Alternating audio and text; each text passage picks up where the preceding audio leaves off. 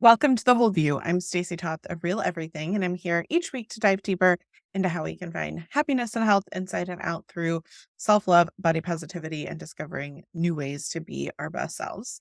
Before we get started, a reminder, this podcast is for general educational purposes and is not intended to diagnose, advise, or treat any physical or mental illness. We always recommend that you see a licensed health professional accordingly.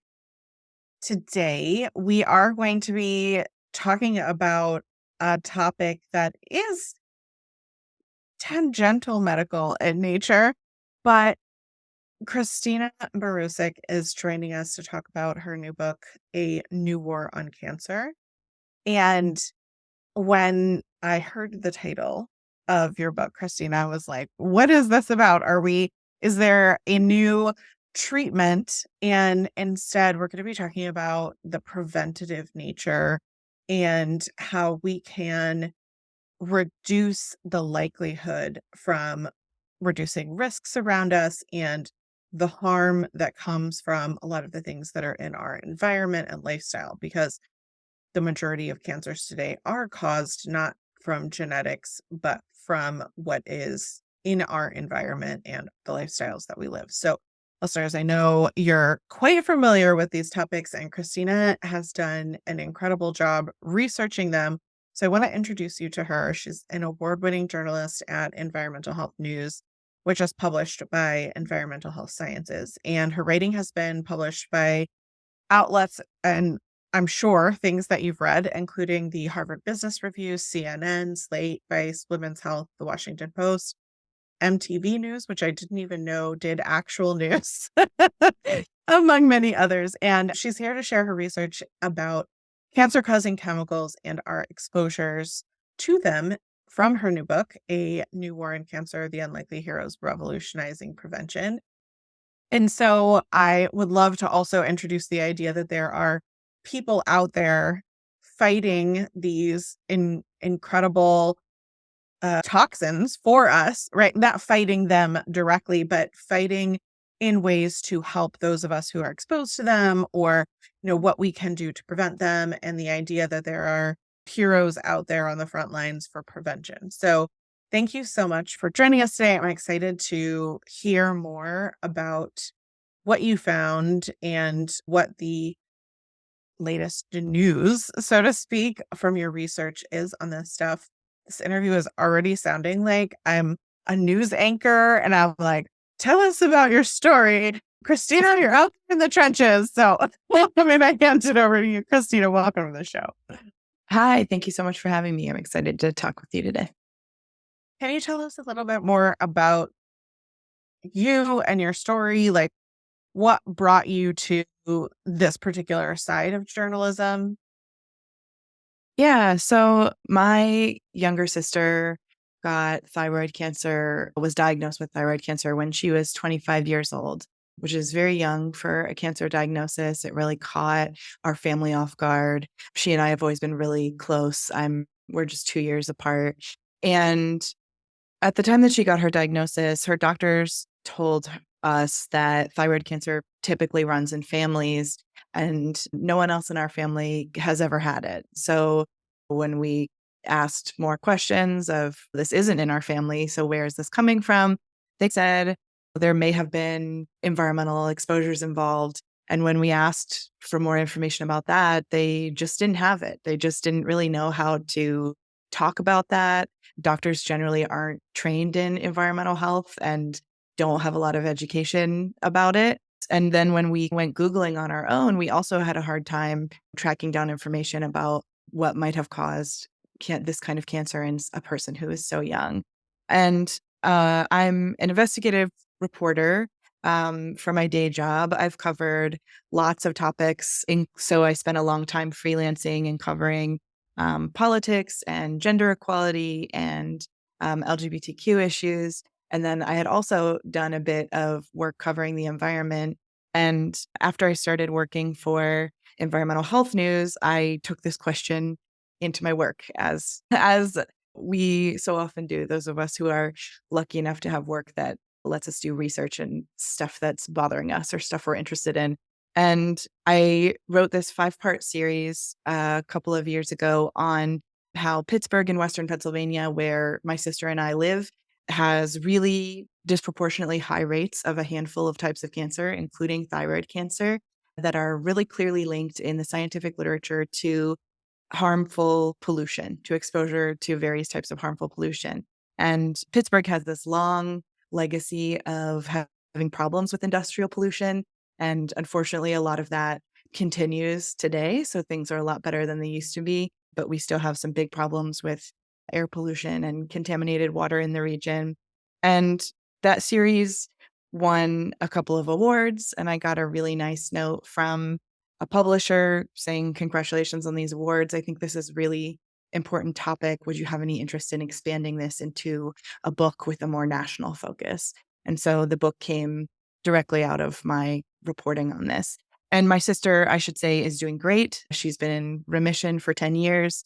She lives close by and has two super cute kids who I love being an aunt to. And I'm very grateful that she was one of the lucky ones. But it was definitely my personal experience with cancer and having these questions that made me want to really dig into this topic.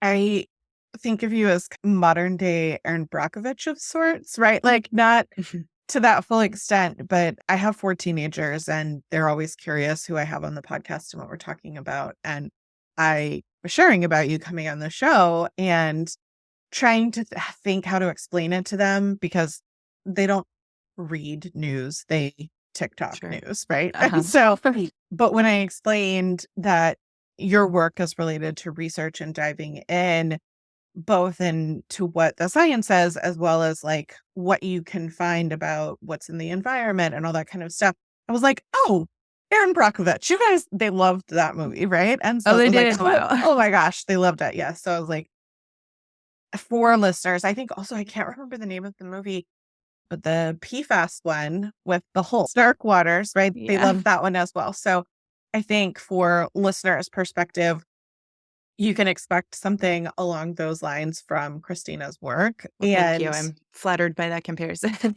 like that to me, that's the ultimate, right? It's like not just taking the information, but applying it in a way that hopefully can help people. And I see that's what you're doing. And also bringing light to those who are also doing the work in the field and that kind of stuff. So I think that's great. And I think one of the places that would be helpful to discuss some of what you found in your book is this idea of where environment meets health, because the work that I've done makes it really difficult. For example, the EPA has their own rules, laws, and regulation versus the FDA, right? And so Mhm. I do a lot of my own research and education around the lack of uh, regulation on personal care and how the toxins and what we're putting on our body are highly problematic.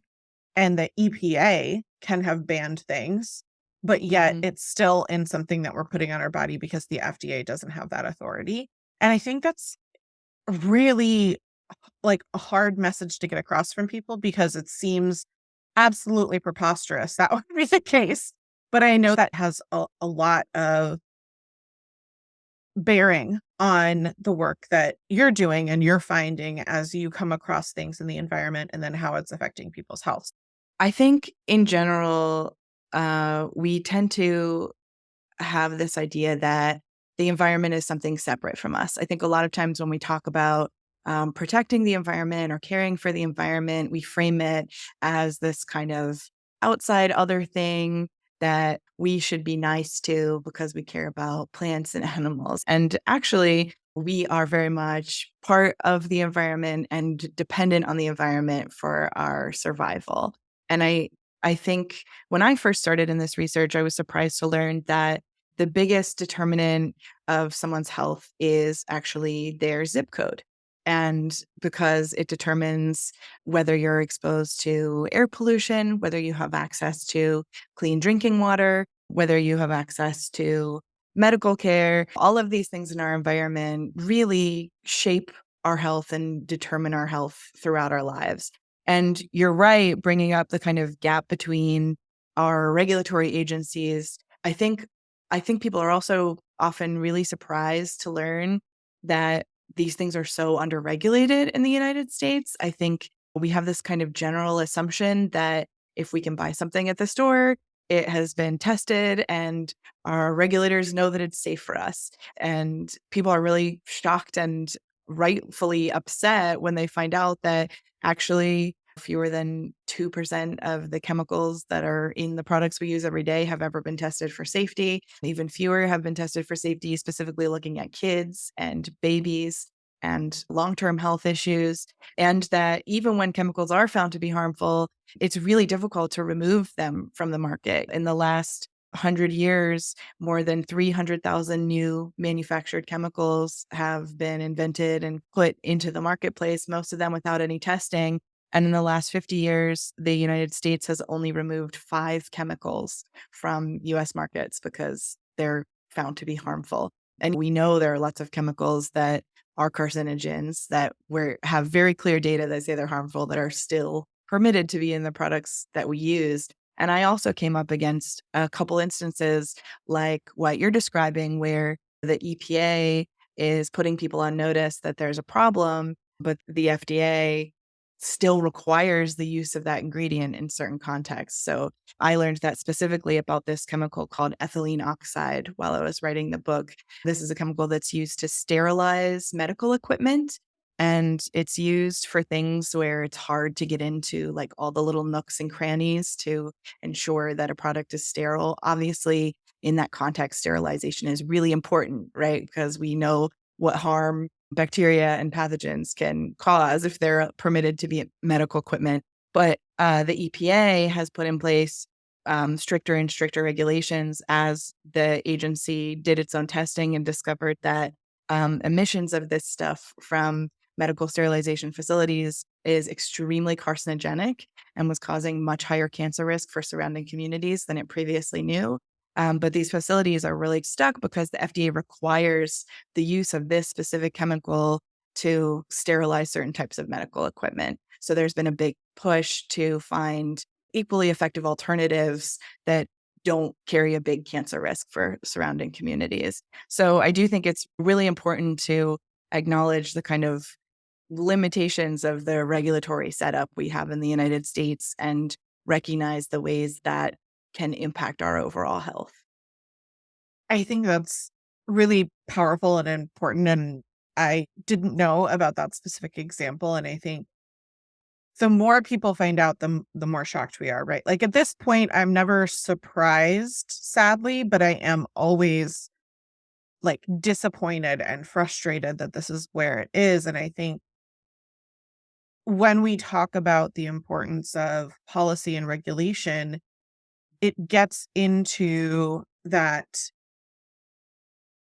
ability to protect those people who are in a zip code or who are without access to the resources that are needed to protect themselves or prevent or get adequate health care or whatever it might be. And it's just bizarre to me that in this day and age, with the access that we have and the knowledge that we have, that we aren't living in a world of more progress in this area. Like, we have all the information, the science is very clear, yet I used to work in federal regulation, so I had, like, a 20-year career in government regulation, and I worked with businesses who provided mostly healthcare, IT healthcare services, and we did T work, but we worked with a lot of the federal healthcare agencies.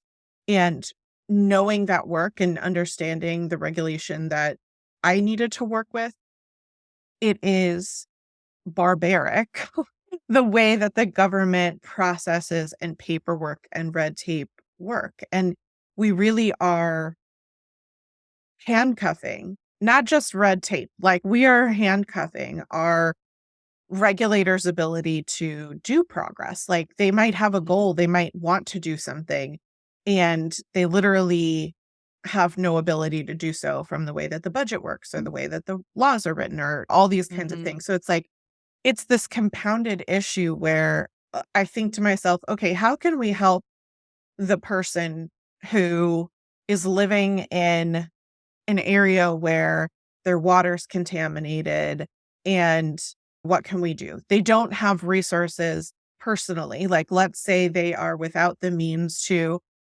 get a reverse osmosis water filter machine for themselves, Mm. and they don't have the resources to fill their bathtubs with store-bought water.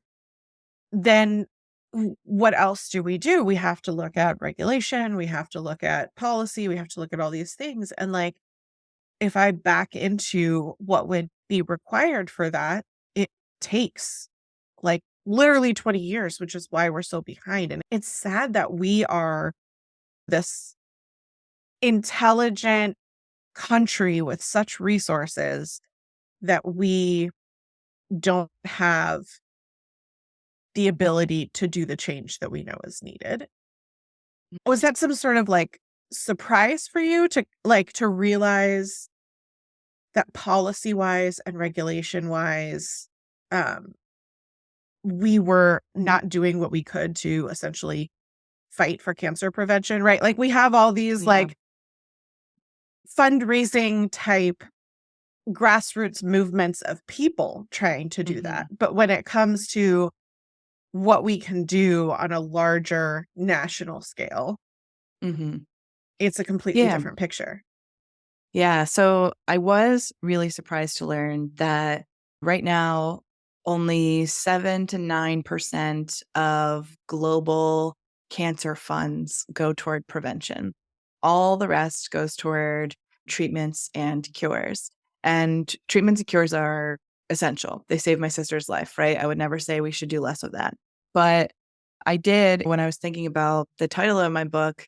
I chose that title because I realized that this would if this was an actual war, that would be like spending 91% of our budget, our war budget, on treating people who got wounded, and only 9% on trying to stop them from getting wounded in the first place on offensive and defensive measures. And that is obviously not an effective way to fight a war. So that's what we're doing when it comes to cancer right now. There are some big reasons that the funding is so disproportionate. The first is that there's lots of money to be made in developing new treatments for cancer, right? The global oncology market is projected to have huge growth over the next 20 years as cancer rates continue to increase. If you look at, there are some websites for investors that say, oh, we're projected to see people getting a lot more cancer in the next 20 years. So this is a very strong investment, which is just such a grim way to frame this and look at this. But unfortunately, that just doesn't exist for cancer prevention. No one's going to get rich by investing in cancer prevention. So this isn't something that's going to emerge naturally from the marketplace. It has to happen through policies and regulations. The other reason I think it's difficult to advocate for prevention is that it's harder to put a face to the prevention movement. So when we are asking people to race for a cure, it's really easy to put the picture of a little girl who's battling cancer on a t-shirt and on a Facebook page. And of course, we all feel empathy and we want to do what we can and pitch in and help out. And when it comes to prevention, we don't have that, right? We're never going to get a hug from a mom who says, thank you so much for preventing my child from getting cancer, because we don't get to know who we prevented cancer in. And it's one of the reasons I chose to structure my book through stories of people who are leading this push for a bigger focus on prevention, specifically focused on preventing our kind of constant everyday exposure to chemicals that increase our cancer risk. Because when we talk about cancer prevention, it really tends to be uh, big data, right? It tends to be long-term trends and numbers, and that stuff is really important, but it's easy to forget that we're talking about humans and human lives when we get so lost in the numbers. And so I really wanted to try and like put a face to prevention and convey that this is also about human stories and about preventing suffering. And anyone who has survived cancer, my sister included, will tell you if the option was available, they would have much rather had prevention than a cure. It is not pleasant to go through treatment for cancer. Surviving cancer is really difficult.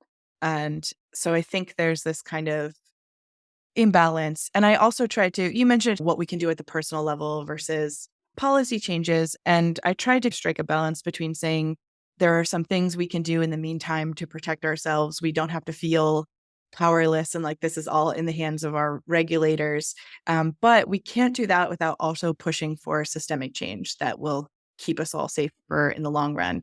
And there are changes that are, I think there's more hope to be had than thinking like, oh, anything meaningful is 20 years out. We've seen a couple of meaningful pieces of federal regulation banning harmful pesticides recently. We're seeing a lot of improvement at the state level. California just passed a ban on a long list of chemicals, including cancer-causing chemicals in cosmetics and personal care products, and also in processed food items that will end up serving as a ban for the rest of the country. It's really difficult for companies to make like one version of a product that they sell to California and a different version that they sell to everyone else. So when states do things like that, they just end up changing their formula for everyone. So there's a lot we can do in the meantime at the local level, at the state level, and then where we can see lever points at the federal level.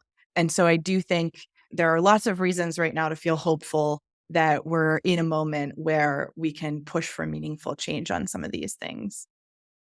I love the idea of thinking positively that way, and I have hope as well. I'm part of an organization that advocates, and the California law was the 15th law that Beauty Counter, who I help lobby with, helped get in place since they started their business about a decade ago. And so to see the progress that's been made over the last 15 years, I do agree that I hope that things will change, but I also know what is not included in those laws. And I also know that brands have found a way to sell the exact same product, but in Canada, it doesn't have the same ingredients. And in Europe, it doesn't have the same ingredients. And they're Mhm. choosing to sell a less expensive, but more harmful version in the States because it's allowed. And I worry that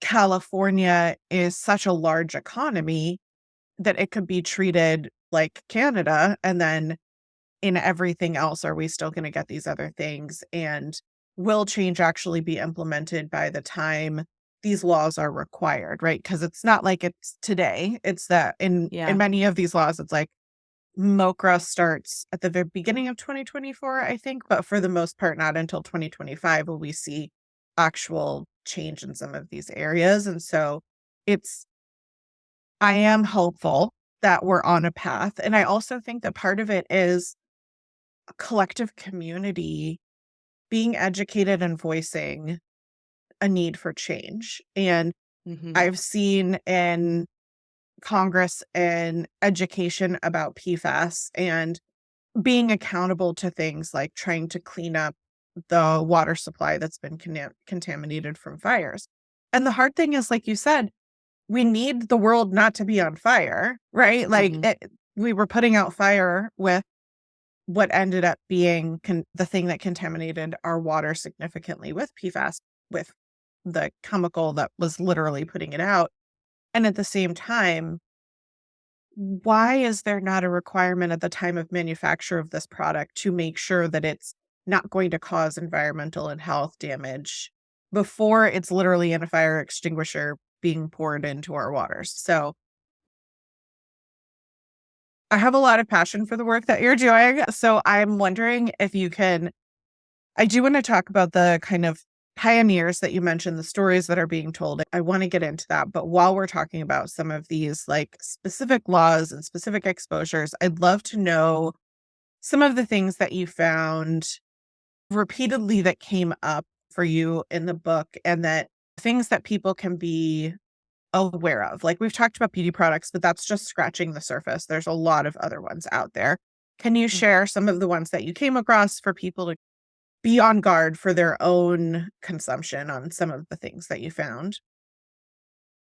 Sure. I think so we're exposed to chemicals in the world through what we eat, what we drink, what we breathe, and what goes on our skin. So you mentioned beauty products and cosmetics. There are a handful of chemicals of concern that regularly show up in those things that it sounds like you and your listeners are pretty familiar with. Things like phthalates and parabens, and even much scarier things like formaldehyde that can be problematic because we're absorbing them through our skin or we're inhaling them when we apply these products. That's especially a concern when it comes to hair products, especially ones that get heated, like during styling. I also have a big focus on PFAS in the book. You mentioned PFAS. Um, I think a lot of people are familiar with PFAS contamination in drinking water, which is a primary exposure route for PFAS. But while writing the book, I spoke with a researcher whose work has focused on PFAS in food packaging and food wrappers. And I was really surprised to learn the extent to which these chemicals are used on every time you get a pizza, that piece of paper underneath your pizza is coated with PFAS. If you get something from a bakery, the little wrapper that comes around it, usually coated with PFAS. They did testing that found it in like KFC chicken buckets and the salad bar containers at Whole Foods and just kind of anything you could think of. Those chemicals were showing up because they're used to make things like grease proof. Even certain paper plates, those like really tough paper plates that say nothing's getting through. They're often using PFAS to achieve that because it stops grease from coming through. I was also, she also did research on microwave popcorn bags. That's like a scary one because I know there are people who eat a bag of microwave popcorn every night. And those people in my life, I've made sure to tell them this that PFAS are used on the inside of those bags to keep the butter and the grease from seeping out.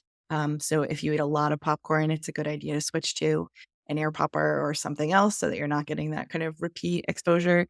And that researcher, her name's Laurel Shader, and she works at the Silent Spring Institute. She also did the first study that suggested that those chemicals are migrating from that food packaging into our bodies. They looked at data from the National Health and Nutrition Survey that kind of meticulously tracks what people ate and when. And they found that people who ate takeout more often had pretty significantly higher levels of certain types of PFAS in their bodies than people who cooked at home more often, with the assumption being that they're getting some additional PFAS exposure as a result of eating foods that came in contact with this packaging over and over.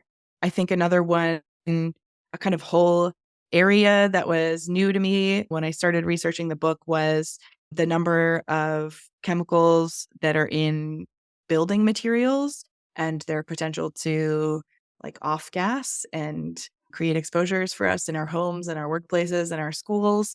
I think people are a little bit aware. There have been some news stories coming out about how firefighters are at risk from this because now when houses burn, there's so much plastic in them. The fumes are like extremely toxic as opposed to a long time ago when houses were mostly wood and stone. If that wasn't exactly the case, obviously smoke inhalation is always dangerous, but it's increasingly dangerous. But I was surprised to learn, how the extent to which chemicals from our carpets and the material used to create our walls and treat fabrics in our homes can also create additional exposures. Um, and then I think we're all pretty familiar with air pollution and water contamination. But we are learning more and more that like microplastics can be a factor in both of those things more than researchers previously knew, that we're breathing in tiny pieces of plastic and that most municipal water treatment facilities don't really have the ability to filter out nanoplastics and microplastics from our tap water. So as I'm listing all these things, it sounds like really overwhelming and terrifying. And I think it's easy for people to get to a point of being like, oh my God, everything gives you cancer. So I'm going to just try not to think about this too hard because if I do, I will go crazy. But that's another one of the reasons I really wanted to focus in the book on solutions to these problems and the people and organizations that have spent decades like aggressively tackling these issues. I was feeling overwhelmed when I started learning about this. And then when I started learning about some of the wins they've had that I didn't even know about that made me and my family safer, it actually made me feel a lot more hopeful and optimistic. And like there are concrete ways for us to address this. and people are already working really hard on it. And there are meaningful ways that the rest of us can pitch in and contribute to that movement. And then also there are a couple simple things we can do to protect ourselves in the meantime without getting too crazy about all of this.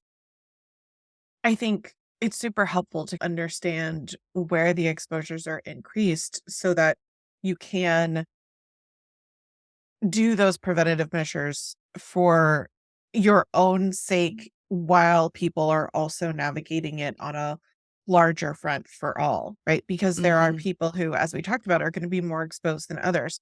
We know that people who are doing hair, for example, salon workers, especially, or nail technicians are higher exposed. You're talking about firefighters being higher exposed. Like there's so many groups of people who are at higher risk. And Mhm.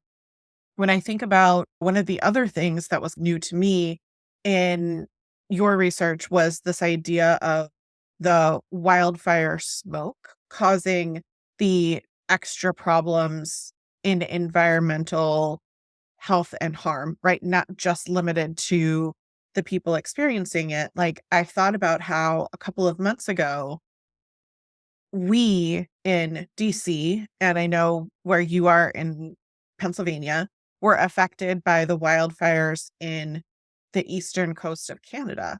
Mhm. And if we think about how in DC our skies were black, like Mhm. how far reaching that is and the negative impact that it has. And the connection that you were able to draw and find in your research of air pollution being linked to an increase in negative mental health and Mhm.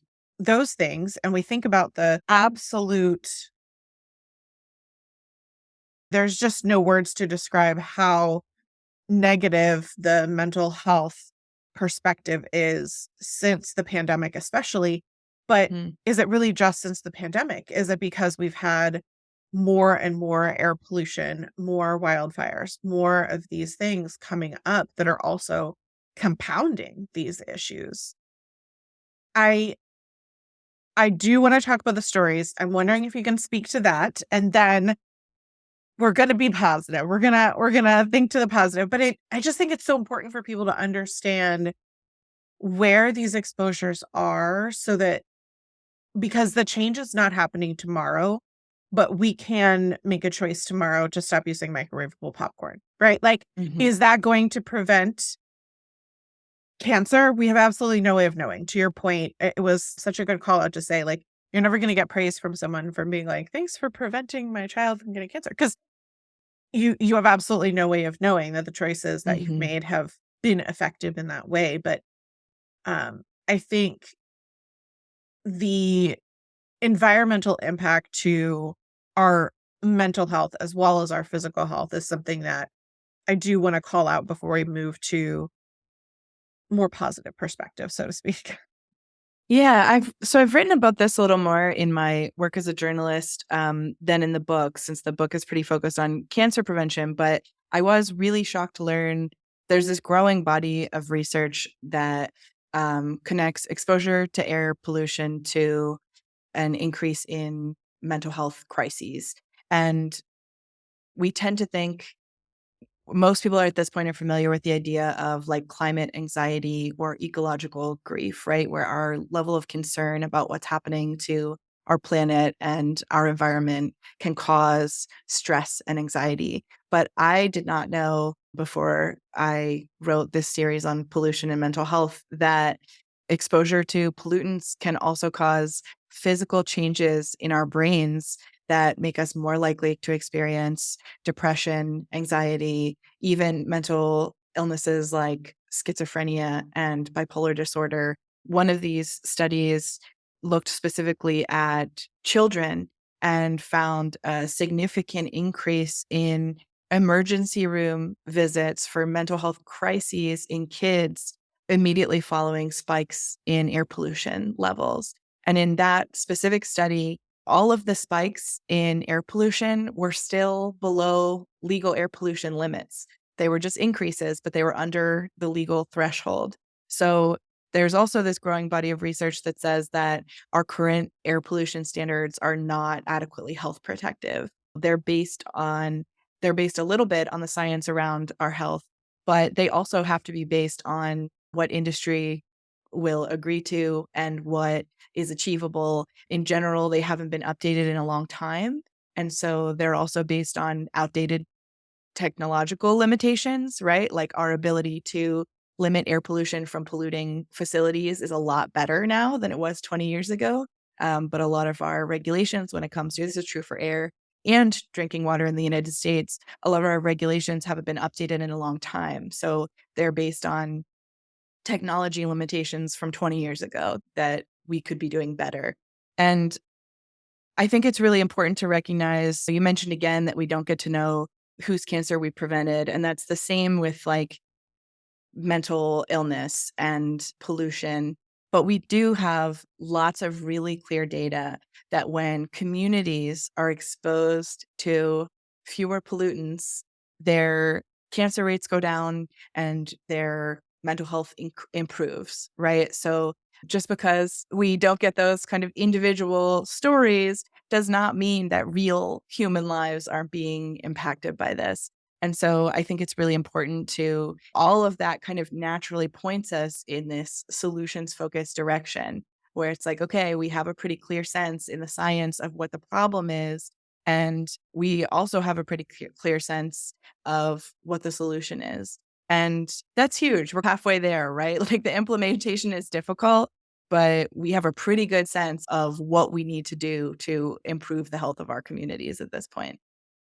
Agree, and I'm hopeful. I'm cautiously hopeful, not quite Um, optimistic, but I think one of the reasons that we can be hopeful is, as you called out, these pioneers who are working to reduce the harmful effects and prevent them from being there to begin with, right? In terms of many of the areas that we've discussed, like beauty, food, water resources, but also places like childcare and workplace. I love your call outs about in our homes, like volatile organic compounds is something that most people don't understand they're flooding their house with, and they tell us that we should open our windows regularly, and you think your home is your safest place, right? So working on it in homes and medical treatments, like the call out that you made about the ingredient that's being used to clean tools, like there's so many alternatives. The thing that gets me is I'm mhm, like, we know that there are so many scientific alternatives to mhm, ensuring that tools are clean without needing to create toxic chemicals and to create the runoff and the manufacturing of these things, what we're doing to the communities who live in those areas. So, mhm. can you talk more about some of these individuals and the work and research that you found as you were going through to, as you say, give a face to some of these preventative stories? I'm glad you mentioned like the supply chain that we also have to think about where these chemicals are manufactured and how that impacts communities. It made me think of one of the people I profiled in the book. His name is Bill Walsh, and he founded a nonprofit called the Healthy Building Network that is entirely focused on improving transparency in the building materials industry and making healthy building materials more readily available.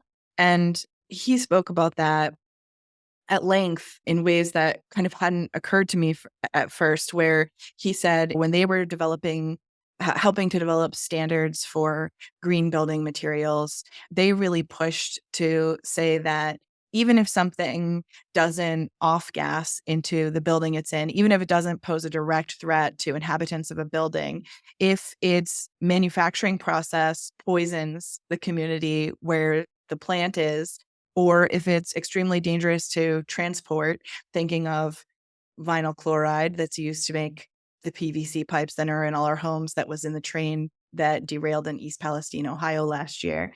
Or if its disposal can cause problems, can leach poisons into soil or water in the places where those things get disposed, then that's not a healthy product, right? That we have to think beyond the one single use of a product and actually think through the life cycle, the entire life cycle of a product, that it's not appropriate to label something as healthy for a consumer or for architects to look at if just because a product might not harm people in the building where it's used, because that's a very brief part of that product's whole life cycle, right?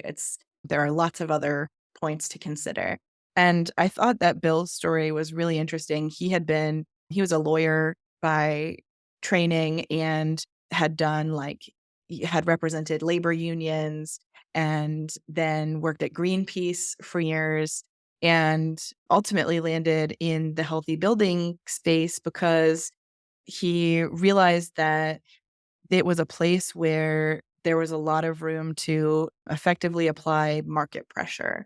So he it actually happened because they were building a new office for Greenpeace at one point, and they brought in this architect to talk to. He was working on toxic chemicals. And then they were also going to talk to the person at Greenpeace who was focused on energy use. And they also were talking to the person who was focused on sustainable lumber. And so Bill thought when this guy was coming in, like, oh, this poor guy, there's no way that he's going to be able to appease all these people and meet all these different concerns. This is impossible. He also said we were siloed. Like I didn't know what I would do to address everyone's concerns if I was this architect, because it's just a lot of competing demands.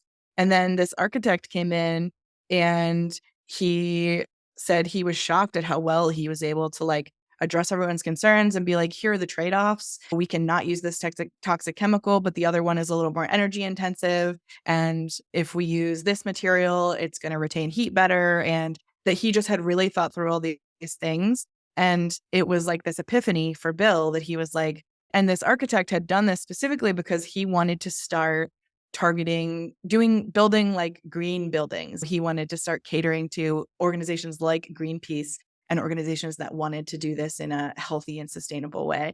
And it made him realize that it was this kind of pressure point where there was enough demand from people in the industry for healthy materials and also otherwise environmentally friendly materials that they could achieve a lot through market pressure while also pushing for legislative change. That legislative change could take a long time, but that this was this kind of sphere where they could get a lot done on the market pressure side. He also pointed to Home Depot agreeing to switch to lumber that was certified as not coming from endangered forests around the same time period. He said there was no law that required them to do that, but there was a big campaign by Greenpeace and a bunch of other nonprofit organizations, and there was a lot of consumer pressure. And then once Home Depot did it, Lowe's also did it, IKEA did it. All the biggest purchasers of lumber on the planet ended up falling in line and making this huge, substantial change, even though they weren't required to by law.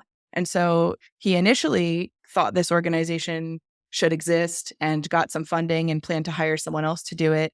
And then they couldn't find anyone who had the right background knowledge. So he ended up stepping up and running the organization for 20 years. But I found his story really fascinating. And he shared so many things with me that were like brand new information to me about what's in our buildings and how important it is to think about the whole supply chain when we think about what equates to a healthy building material.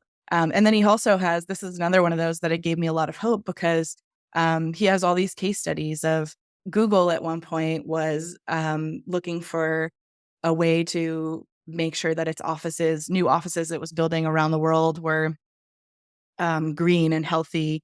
And they worked with the Healthy Building Network to develop a protocol for their architects. You know, they're one of the biggest companies in the world.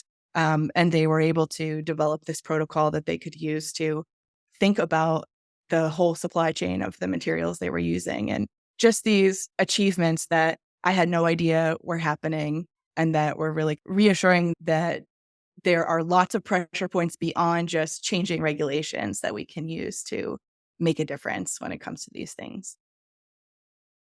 Incredibly powerful. And as the nerd I am of 4 teenagers, when you were talking about the supply chain aspect and how important that is, it gave me a metaphor that was really vivid for me that I want to share, which is that we become, if we decide as a consumer that we are willing to use something because it is best for us, but we don't take into consideration all of the things that you mentioned. The how is it grown and how are the workers who are tending it treated?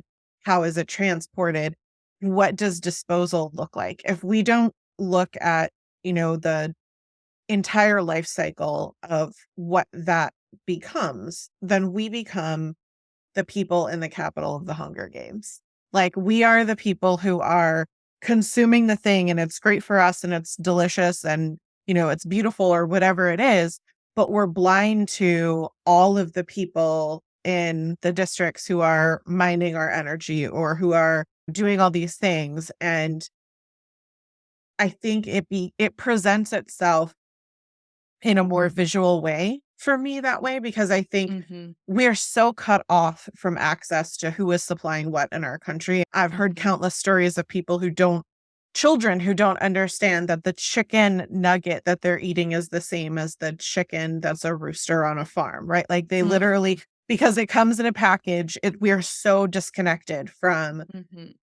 everything around us that I know personally the last person I want to be is the person in the Capitol, right? Like, we're the listeners, if you're listening to this later, like, the newest prequel of The Hunger Games just came out. So I just saw it with my kids and we rewatched all of the original movies with them. And I think there's a lot of analysis going on these days about, like, the world being Handmaid's Tale or Hunger Games or whatever. And it was really vivid for me when you were talking that I was like, if I'm blind to everything that goes into what is ideal for me, then I Mhm. become the villain, right? I am the person who's in the Capitol and I think that, oh, well, I'm creating an economic opportunity for them or whatever the justification is, Mhm. but we can still create economic opportunity without needing to harm others. Like, your example of the Google offices or of Home Depot are great examples of that. Like, there are a lot of companies. That's why I always try to shop a B Corp, because I know they're trying to do the right thing by people and planet, right? Like, there are a lot of companies out there that are still creating economic opportunity, who are still making a profit, but who are doing it in a way that is reducing the harm on the people and the planet. Yeah, absolutely. Okay.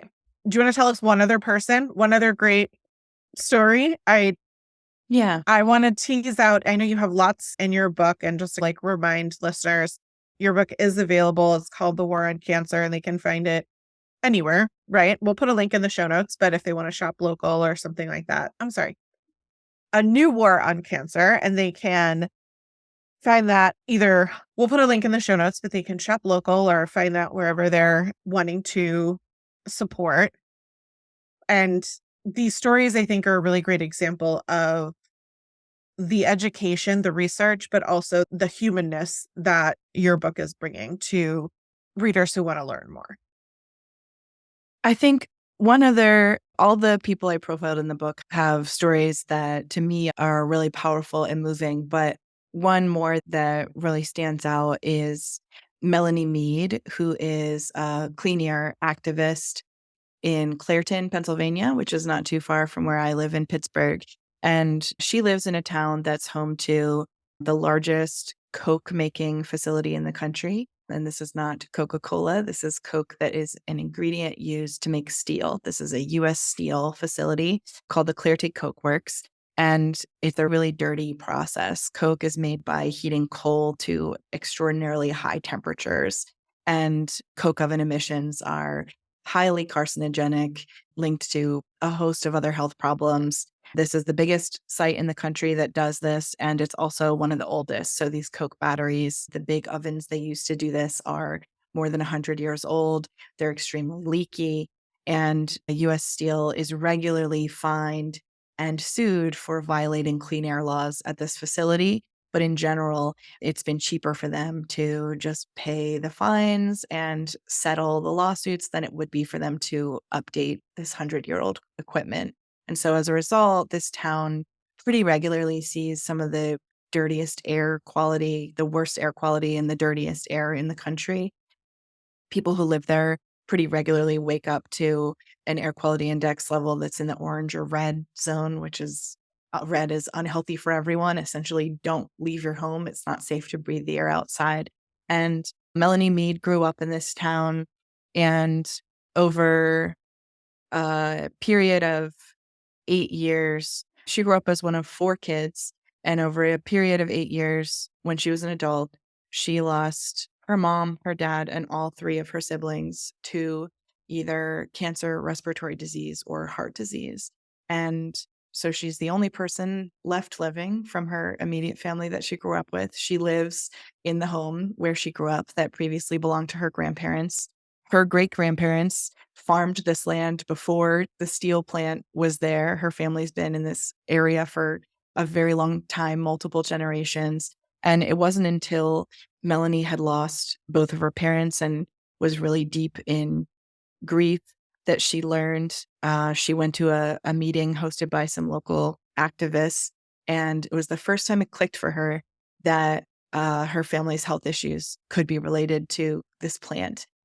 She'd grown up with her brother had pretty severe asthma, her little brother, and she had memories of him having to be rushed to the hospital in childhood. And she had never connected that the plant could be to blame. There's this kind of there's this folklore in the town that what comes out of the stacks at the plant is just steam, which is not true, but is repeated often enough that people believe it if they haven't dug any deeper. And it's right next to the elementary school in Clairton.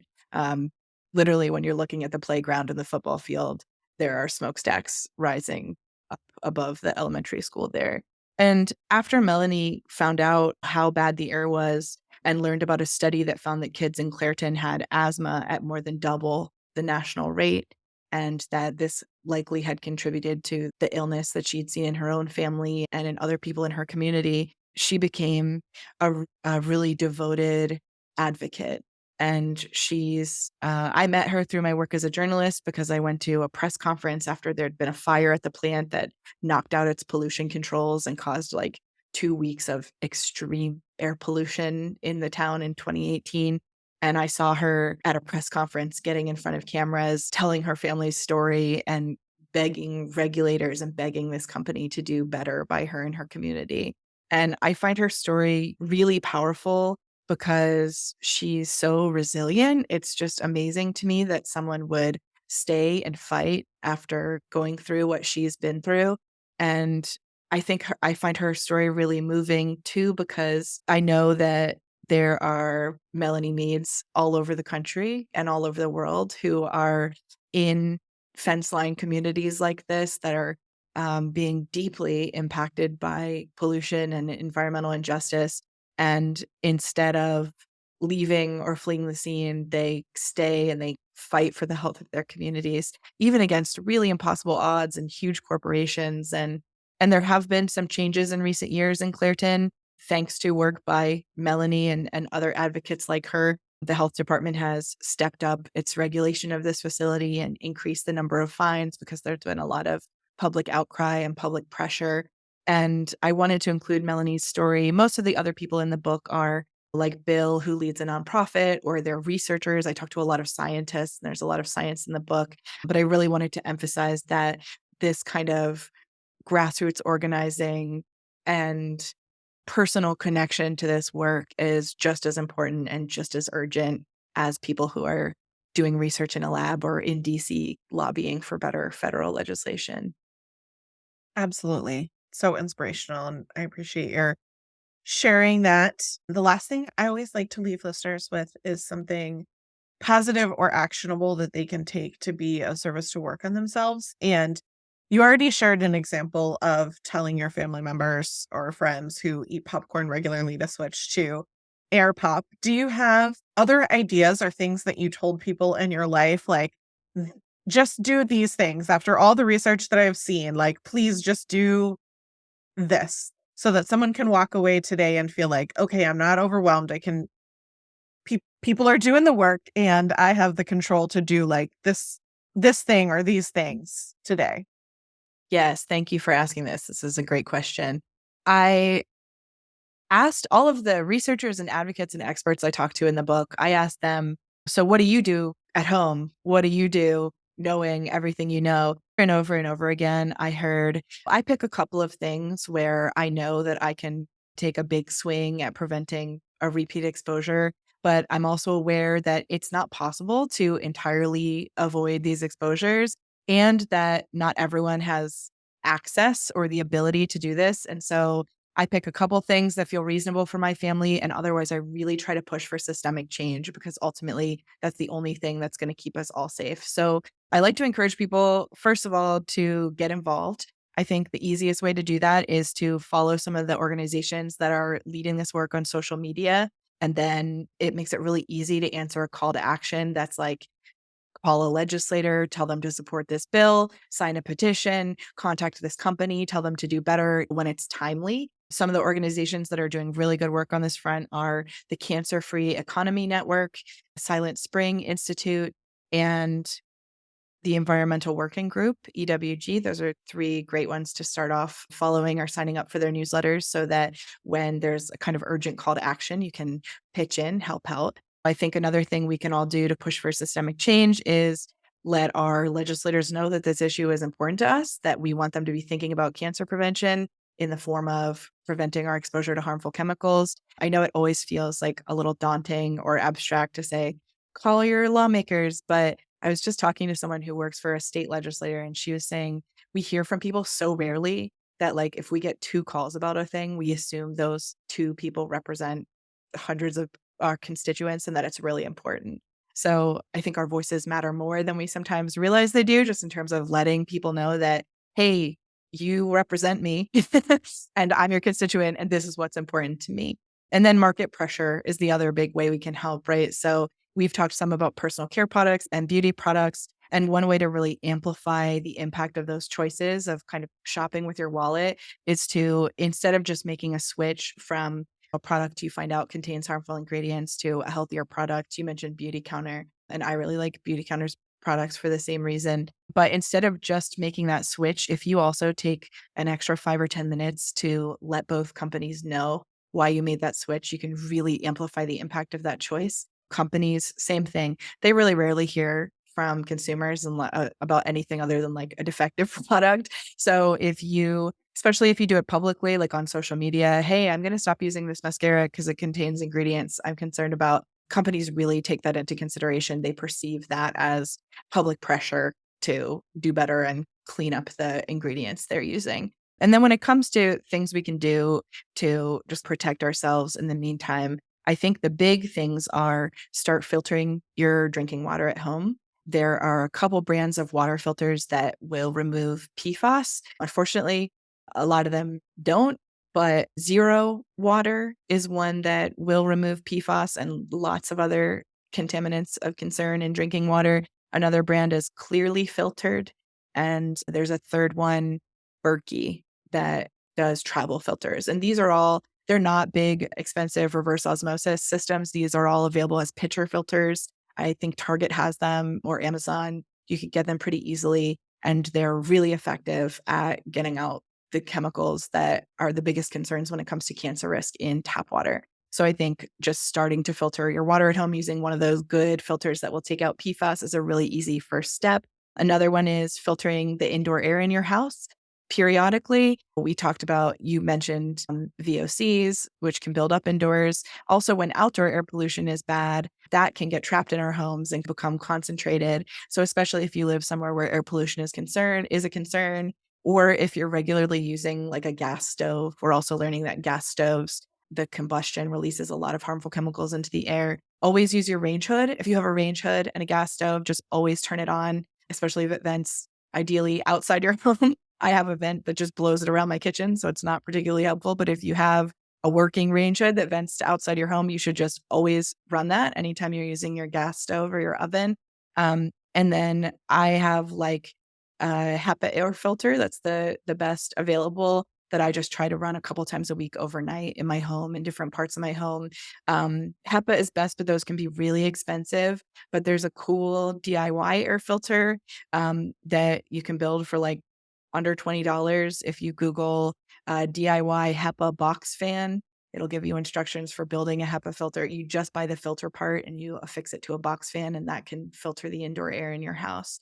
And then the third thing I recommend, where it's an easy way to take a big swing at reducing your exposure, is personal care products, is swapping out your personal care products that might contain toxic chemicals for healthier alternatives. And it can be really hard to know. It's really hard to like scan ingredient lists because stuff isn't always listed and the print is tiny. And even people who like have PhDs and do this for their career are like, oh, I can't just like read an ingredient list and know if something is harmful. So there are a couple tools I really like for doing that. You're probably already familiar with some of them.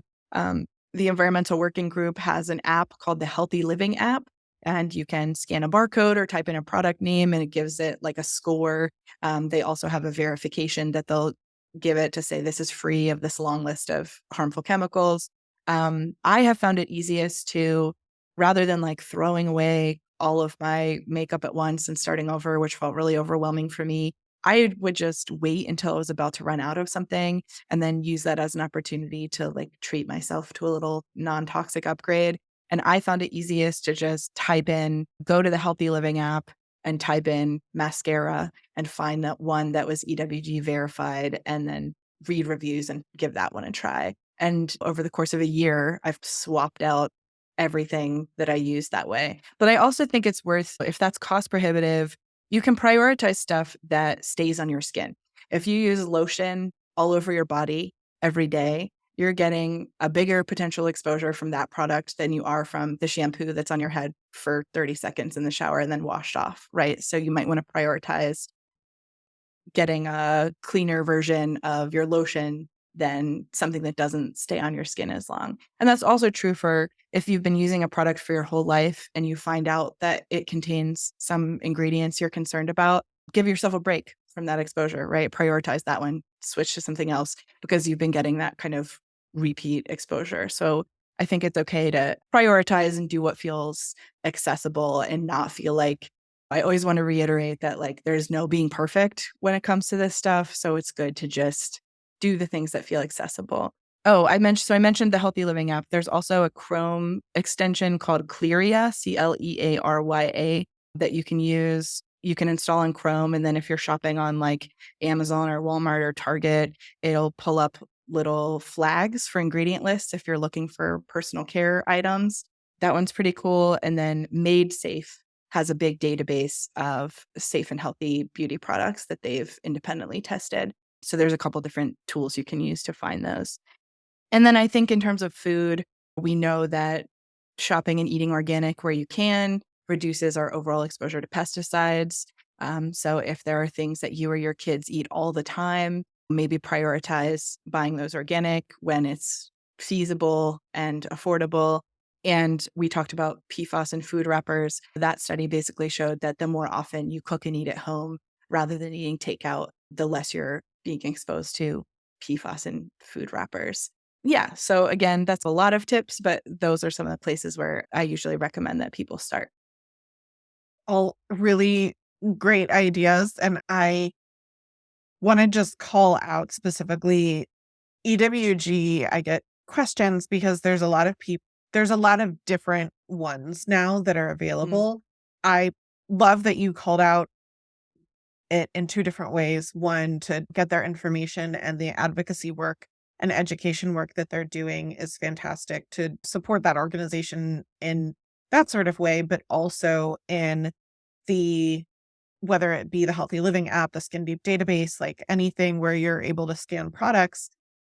If you're wondering why you're seeing EWG say something is safe, but a different service or app is saying that they don't recommend it, one of the things that I try to educate people on is that the EWG is going off of safety. It's not going off of natural. And one of the things that's really difficult to understand in the nuance of everything that you've talked about today is that there is a lot of nuance in that supply chain life cycle, and something could be natural that is unsafe. And I think some examples of that are asbestos is natural, but it is unsafe, right? A lot of the things that you're talking about when it comes to manufacturing products, those are natural. They're from the earth, but Mhm. in producing them and manufacturing them, it creates problems to the workers who are working on them or different kinds of things. And one of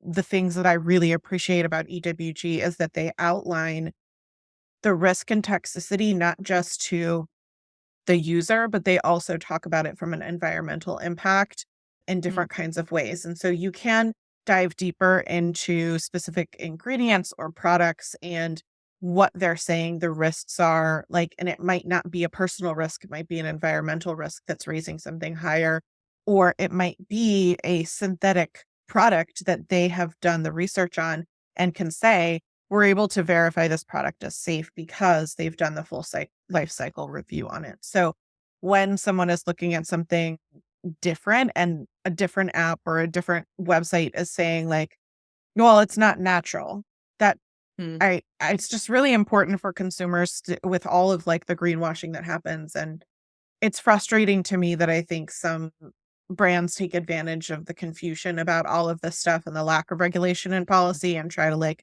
trick people into this other thing is fine or safer or vice versa. And you find that too. We didn't talk about it, but like cleaning products for your home is another area where I see mhm, this a lot. And so when we're talking about like switching to safer, one of the things that I tell people is just go fragrance free.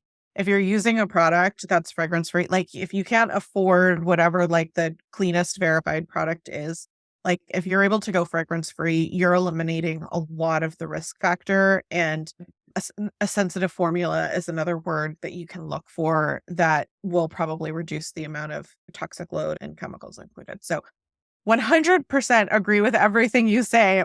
And I inevitably always get questions about that. So I thought it would be a good opportunity to call out why that is. And I know from the science and the research that you've done and we've talked about, hopefully listeners can understand why those differences might exist.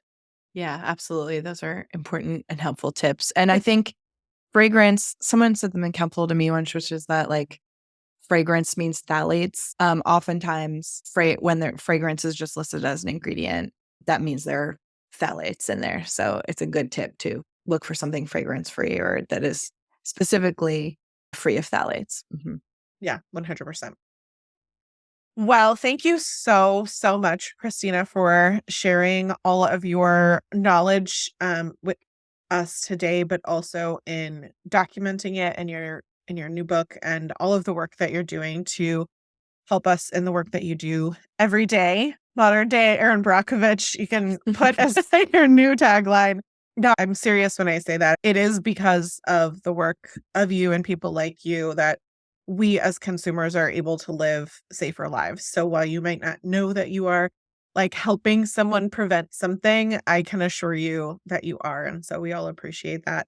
Listeners, if you want to follow up and read more of Christina's work, you can find her websites. Her name is her website, so KristinaMarusic.com, or you can go to newwaroncancer.com, and we'll put link in the show notes for you there. And Christina, if someone looks you up under your name on Instagram or other social media, could they expect to find you sharing about some of these things in different uh, brands, or the social media aspect that you were sharing about earlier, I think is such a great one. Do you share different things that they could learn from there? I think that's a great way to connect. I do. Yep. I'm on Instagram under my first and last name, and I'm on Twitter as Kristina Writes, KristinaWrites. I'm surprised you are just still calling it Twitter. I'm like, I'm still getting used to calling it X. I Um, refuse. I refuse to call it X. I tried to be like Threads for a hot minute and Yeah. I couldn't. Yep. It's just one more thing, but it's good to know I live on Instagram, so I think a lot of people do. We can find you there. Thank you again, and listeners will put a link in the show notes to Christina's new book, A New War on Cancer: The Unlikely Heroes Revolutionizing Prevention. And you can absolutely find that wherever you buy books. If they don't have it on the shelf locally, I'm sure you can request it. And usually when you do that, it it boosts not just like your own book sales, but they'll like buy two so that then somebody else can buy it as well. So thank you again, Kristina, for joining us, and listeners will be back again next week. Thank you so much for having me. This has been great. Oh, I Yeah. also want to mention the book is also available as an audiobook wherever you like to listen to audiobooks. And if you buy it directly from the publisher, Island Press, you can get 20% off if you use the discount code WAR, WAR.